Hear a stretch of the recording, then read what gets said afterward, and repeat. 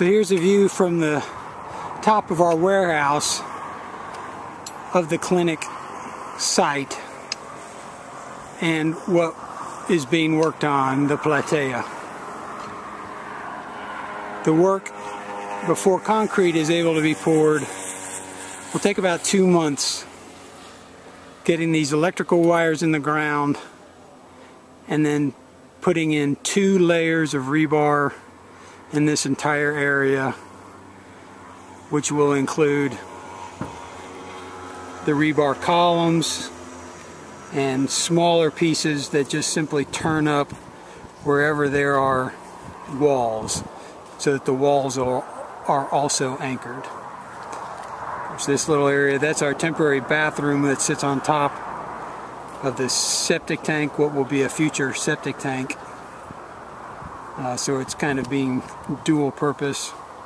It's a 4-chamber septic tank, so we're using the first chamber for the latrine or bathroom.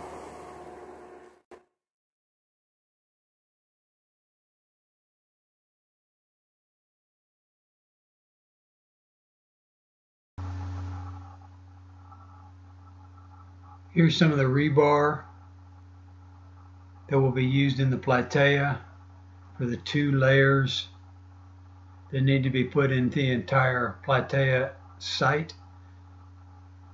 The rebar was delivered in 3 main areas across the front of the site, and those are 40-foot lengths, not standard 20-foot lengths. And here are those trenches a little more deeply dug by hand in the grid pattern, with the copper wiring running in the ground. Here are the electrical workers.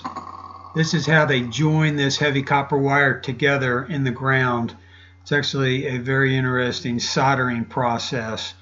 The solder goes in the bottom, and then basically some very flammable powder goes into this little chamber in this metal type of form.